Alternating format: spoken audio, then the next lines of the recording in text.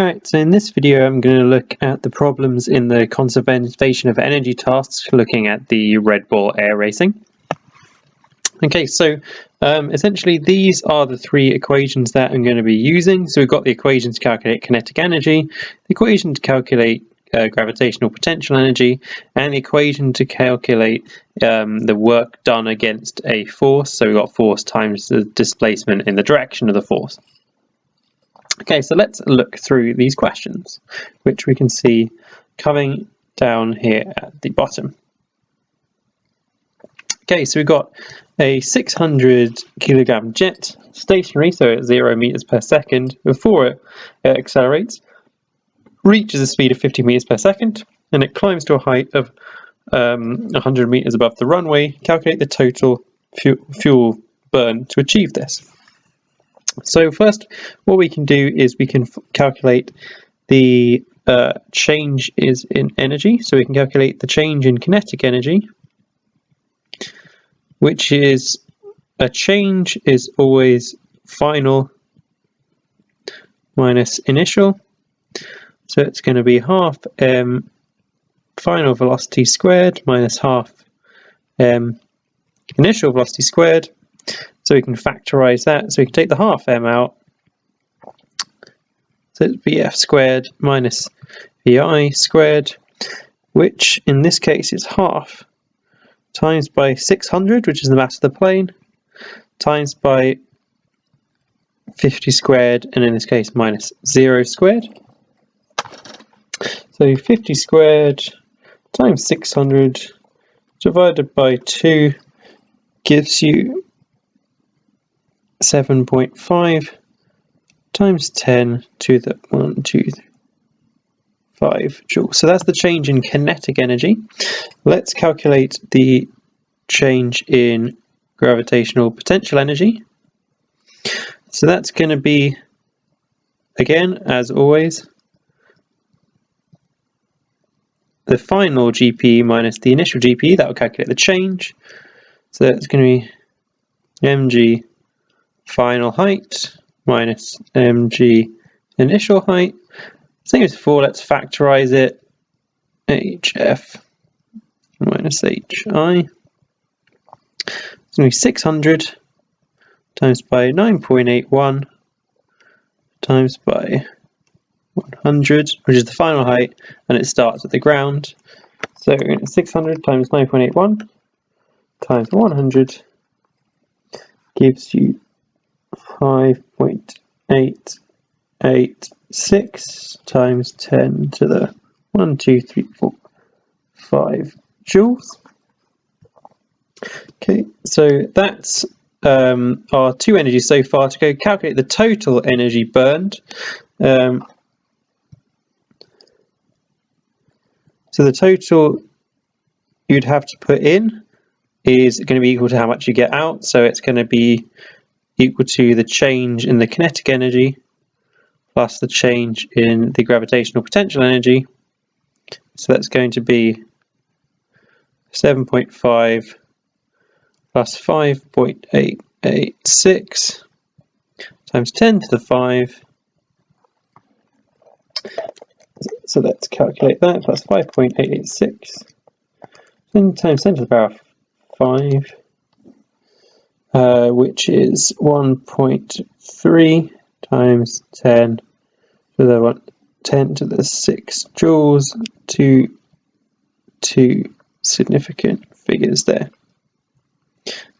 So that would be your final answer. That's how much energy you'd have to put in to gain each of these types of energy separately. Okay, so that's the first one. So the second one, we've got a 5 kilogram part falls from the jet when it's going at 50 meters per second, and it is at 100 meters, and it lands stationary on the mountain at an altitude of 40 meters. So it's decreased its height, so it's decreased its GP, it's gone from 50 meters per second to stationary, so it's decreased the kinetic energy. That's got to have been transferred somewhere. So what's going to happen to it is it's transferred to its surroundings. So let's just check the numbers. So it's going from 50 to 0 and 100 to 40. Okay, so let's draw a line. So we've got a new question. Okay, so change in kinetic energy. It's going to take a slight shortcut from the previous one.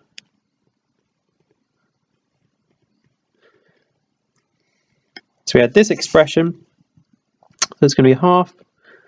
The part was 5 kilograms, so the mass is now 5.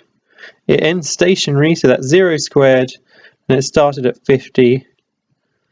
So it's going to be minus 50 squared. So you can see it's going to be a minus number, which is what you'd expect as the velocity is decreasing. So 50 squared times 5 divided by 2 gives you 6250 joules as the change in kinetic energy. Change in GPE, it's going to be mg hf minus hi. It's going to be 5 times 9.81 times by 40 minus 100, because it finished at 40 and started at 100. So its GP is going to decrease, which is again what you'd expect because its height is decreasing. So times all those numbers together and we get minus 2943 joules. Should have had a minus sign on this side as well. So we've got the total energy lost. So this must have been transferred to the surroundings. So the work transferred to the surroundings must be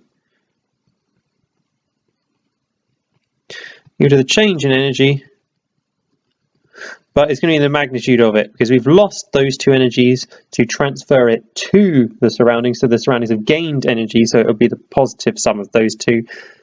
So it's going to be the magnitude of minus 6250 plus minus 2943. So that's minus 6250. So that's going to be 9.1. Sorry, it's going to be 9.2 actually, because if once we round this to the right number significant figures,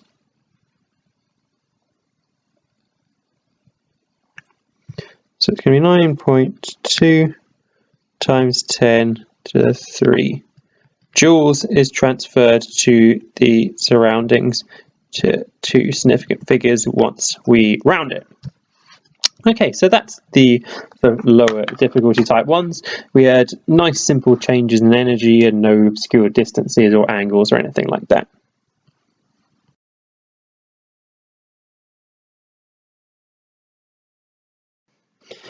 So let's continue and look at some like higher level or higher difficulty questions.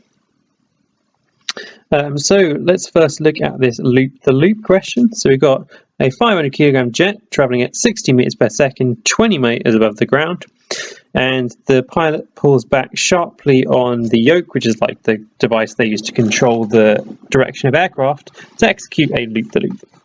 And the top of the loop is 80 meters above the ground. Calculate the speed of the plane at the top of the loop if there's no additional energy transfers. So essentially by applying conservation of energy, which I'm going to use shorthand, we know that the total energy must remain constant because it says there's no energy transfers. So the sum of the energies originally must be equal to the sum of the energies at the end. So this is a conservation of energy expression. Total energy before is equal to total energy after. So let's put in some equations here, and we'll quickly see we can cancel some stuff out. So there we go, mgh f. So we can see all of the terms have a mass in them, so we can get rid of mass straight away. And why don't we multiply by 2 as well and cancel out the halves? So all we've done is we've cancelled m's and multiplied both sides by 2 to simplify it. So what we end up with is vi squared plus 2gh is equal to vf squared plus 2ghf. Still our conservation of energy expression. So what we're trying to find is the final speed of the plane, so we're trying to find vf. So we know that vf is going to be, we're going to do some rearranging, so vi squared plus 2ghi minus 2ghf there. So let's put in some numbers. So it started at 60, so that's going to be squared plus 2 times 9.81 times its initial height, which is 20, then minus 2 times 9.81 times its final height, which was not 100, it was 80. Okay, so that's the calculation we need to do. So 60 squared plus 2 times 9.81 times 20 minus 2 times 9.81 times 80. Square root of that answer gives us 49 meters per second to 2 significant figures. So that would be your answer there. So let's see if that's reasonable. So we know it's got to decrease because it's going to lose kinetic energy to gain GP. So we've got a smaller number than this, and we've got something in the same order of magnitude as well. So it seems very sensible to me. Okay, so let's look at the extra practice question at this level. So we've got a fault occurs at the top of the loop at 80 meters and the pilot ejects. Assuming the plane was and therefore the pilot was traveling at 30 meters per second, calculate the speed of the pilot when he or she hits the ground if no parachute is deployed. Hopefully in reality they would deploy a parachute, but this is not reality, so there we go. So we're going to apply the same kind of logic. So we're going to apply conservation of energy, which means we're assuming total energy is the same. So kinetic energy initially plus, not kinetic energy, GPE initially is equal to the kinetic energy finally plus the GPE finally. So it ends up on the ground, which means we can forget about this term right here. So let's substitute in some values. So we've got the kinetic energy initially, we've got the GPE initially, and we know that's going to be equal to the kinetic energy finally. So let's do the same things as last time. So let's cancel out the m's. Let's multiply through by 2 as well. So we get the VF is just going to be the square root of VI squared plus 2GHI. So let's put some numbers in. So it's starting at 30, because if the plane's going at 30, so is the pilot, plus 2 times 9.81 times a full, no, it was 80 meters. Why do I keep putting 100 in? All right, so let's calculate this. So 30 squared plus 2 times 9.81 plus 2 times 9.81 times 80, square root of answer, which comes out as 50 meters per second to 2 significant figures there when we put that in. All right. So there we have it. That's the velocity you'd hit the ground at if you didn't deploy a parachute. Luckily, most people normally do, so they don't hit the ground at 15 meters per second. Hooray! Okay, so let's move on to the higher level questions.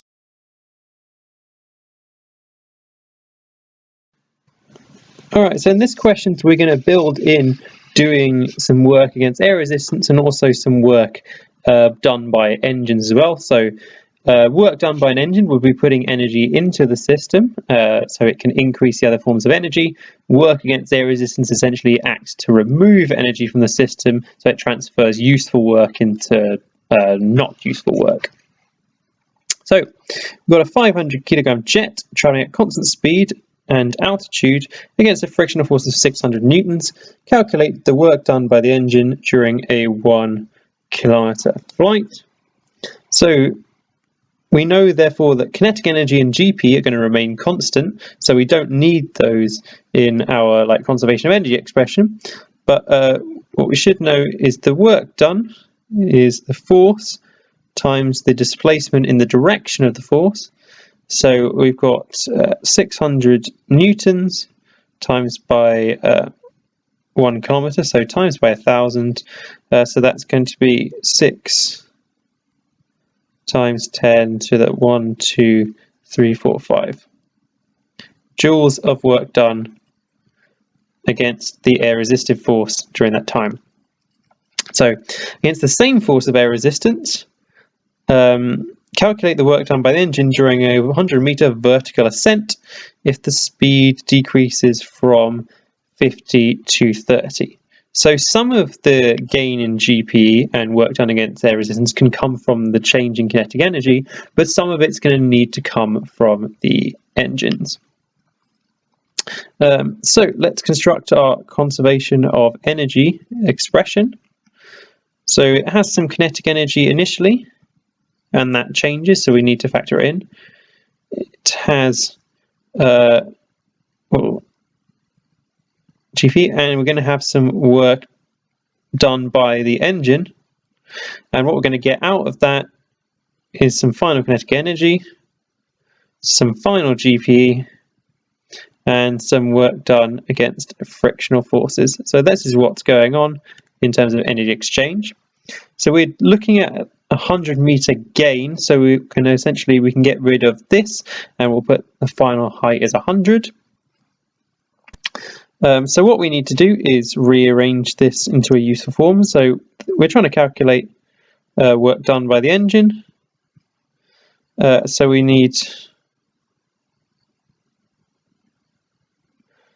to subtract the initial kinetic energy from both sides, but we still have all the other expressions.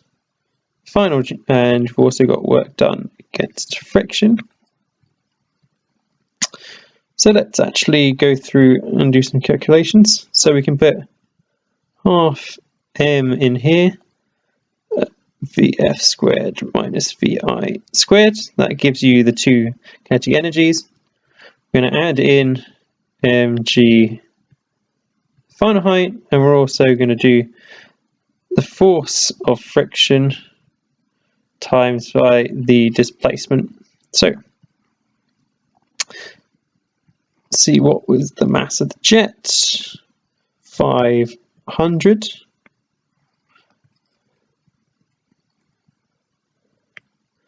And what were the velocity changes?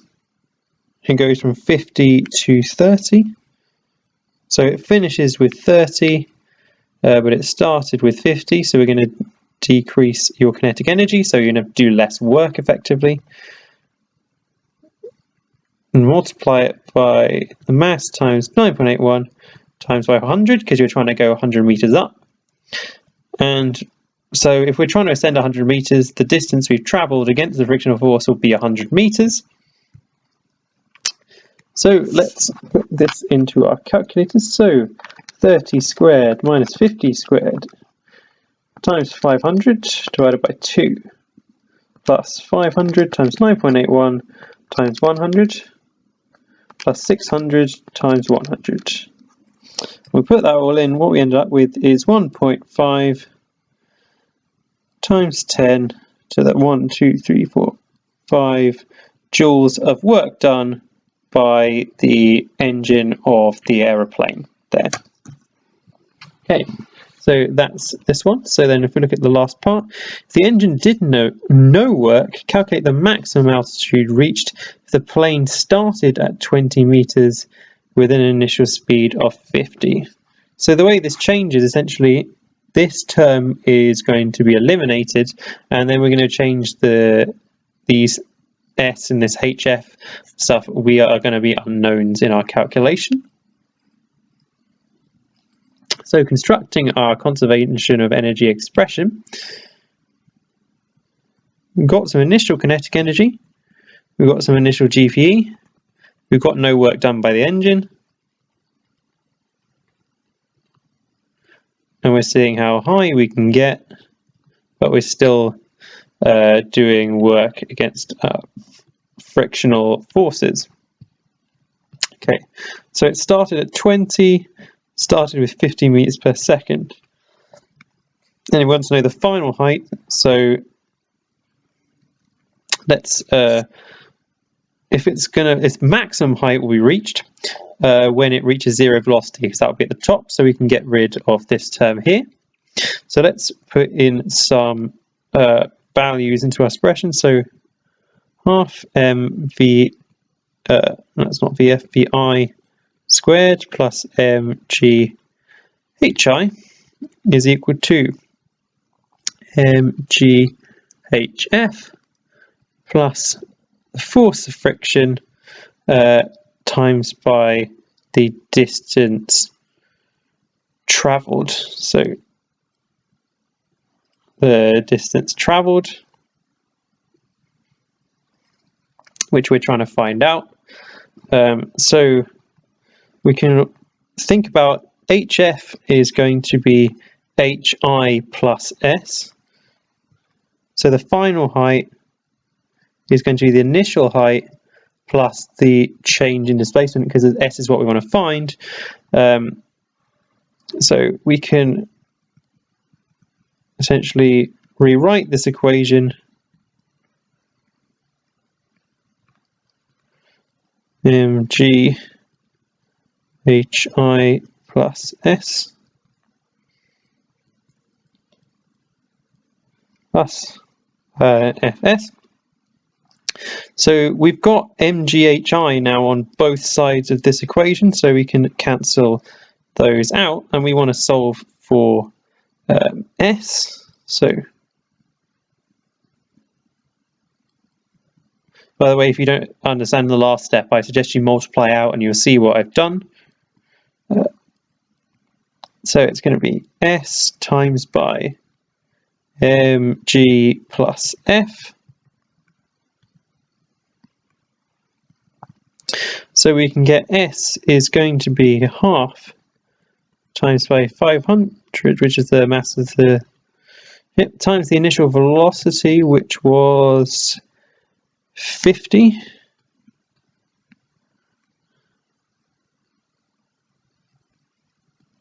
But that's going to be divided by 500 times 9.81 plus 600.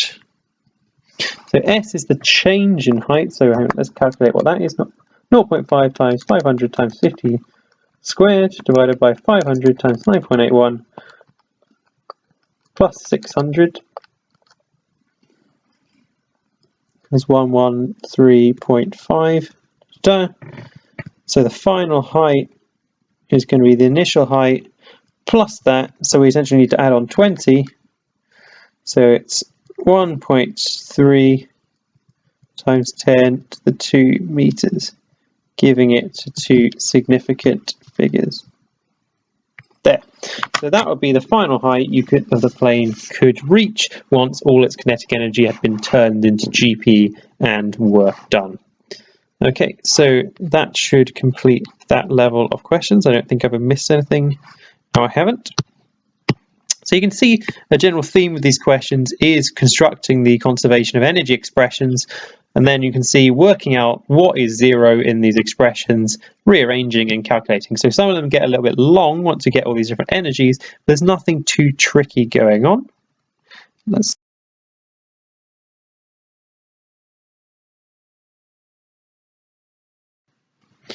Alright, so we've got a 0.5 kilogram ball thrown at 30 degrees to the horizontal at a velocity of 5 meters per second. So let's sketch that. It's going at 5 meters per second.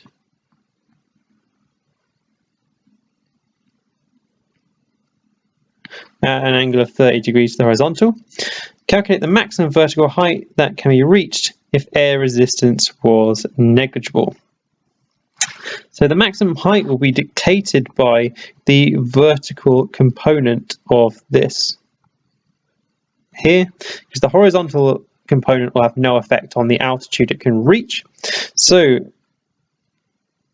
the vertical component of the velocity is going to be 5 sine 30, because essentially cosine would be the horizontal, and sine of 30 is one of the nice trigonometrical identities, because sine of 30 is a half, so it's 2.5 there. So when it reaches maximum height, the kinetic energy it had originally will all be transferred into GPE. That's what will happen. So what that means is that half mv squared will equal mgh. Cancel the m's, multiply through by 2. We want to find the maximum height, so it's going to be v squared over 2g. So that's going to be 2.5, because we need the vertical component, over 2 times 9.81, which is equal to 2.5 squared divided by 2 times 9.81.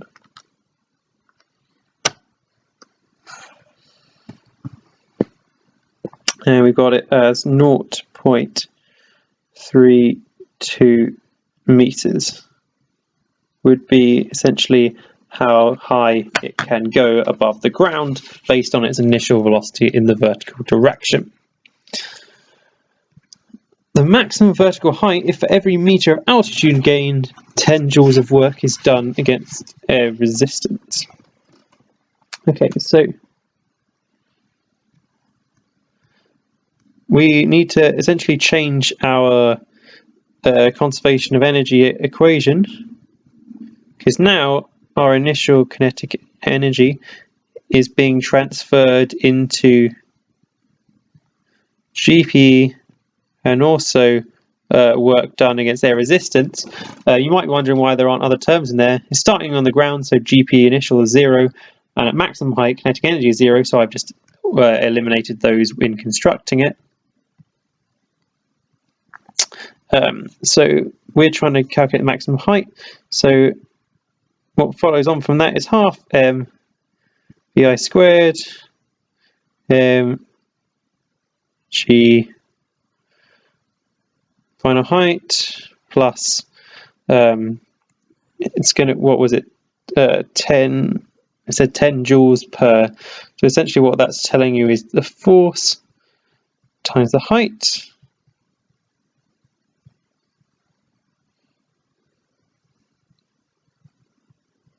It's telling you it's 10 joules per meter. That's effectively telling you that the force is 10. And we want to calculate what the final height is. So we're going to need half mvi squared. We're going to need to divide that by mg plus f. So what we're going to do is 0.5 times by 0.5, because the mass of the ball is 0.5, times its initial velocity, which is 2.5 squared, divided by 0.5 times 9.81, plus the force, which is 10 joules per meter, so the force is 10. When we calculate that, it's now 0.10 meters there. So the air resistance has had the effect of reducing the maximum height, which is kind of what we'd expect. The angle were increased to 40 degrees. State and explain the impact on maximum height. So if we construct our diagram now, with 40 degrees, that's still 5, and before it was 30 degrees at 5. So the key thing is with a 40-degree angle, this side of your triangle is going to be bigger than this side, because increasing the angle is going to increase that size of the triangle. So the vertical component of velocity is going to increase because the angle is increasing, but the magnitude of the speed or the velocity stays the same. So the vertical component of it, or of the velocity, is going to increase. So remember what the expression that we had before: initial kinetic energy is transferred to GPE plus work done. If you increase the initial velocity, you increase the initial kinetic energy, which means there's more energy available to be transferred against friction, and also to increase GPE. So essentially what's going to happen is the maximum height is going to increase as a result. Obviously, when you're doing this, you need to explain this in words, but this is the general principle of what's going on. When you increase the angle, the vertical component increases, because remember, the vertical component is 5 sine 40, and as the sine function approaches 90, it's increasing in value. So the vertical component gets bigger, vertical component of kinetic energy gets bigger, so there's more energy available to transfer into other forms. That's the logic there. Okay.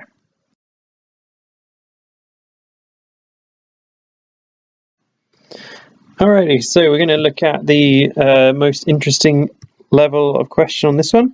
So we've got a jet going from 20 to 40 meters per second, so we've got an increase in kinetic energy. It's got an altitude change of 50, so it's going upwards by 50, and it's traveling a total distance of 2 kilometers horizontally against an air resistance of 500 newtons, and it's 60% efficient, just to add something else to it. So let's sketch, first of all, what its displacement looks like. Essentially, it's going to be going like this, and I'm just going to call this distance x. So first of all, the work done against friction is going to be the force of friction times by the distance it's travelled, which is x. We'll calculate that later on. The change in GPE is going to be mg times the change in altitude. So that's going to be 600 times 9.81 times by the height change, which was 50, which we can calculate. So let's do that. 600 times 9.81 times by 50. That's the change in GPE. So that's 294,300. Change in kinetic energy is going to be half m final squared minus initial squared. So let's type those in. So it ends up at 40. So 40 squared minus 20 squared times by the mass 600 divided by 2, which is 360,000 joules. Okay, so essentially we can put this together. So let's first calculate what x is. So it's 50 squared plus 2000 squared, square rooted gets us x. It's going against a force of 500, so let's multiply that by x by 500, gives us the work done against friction, plus 294,300, because that tells us the GPE plus 36,000. That gives us the total energy. So what we've done there is we've put together all of the energy gains that we've had. So if it was 100% efficient, it would be 1.65 blah blah blah blah times by 10 to 6 joules. However, it's 60% efficient, so we need to divide that by 0.6 to work out the total energy put in. So the reason we divide by 0.6 is to account for the fact it's only 60% efficient. So divide by 0.6 gives us 2.8 times by 10 to the 1 to the 6 joules. So that's how much energy you'd have to put in total, factoring in the efficiency of the engine. Okay, so that is this problem set complete. I hope you found that interesting and useful. See you later.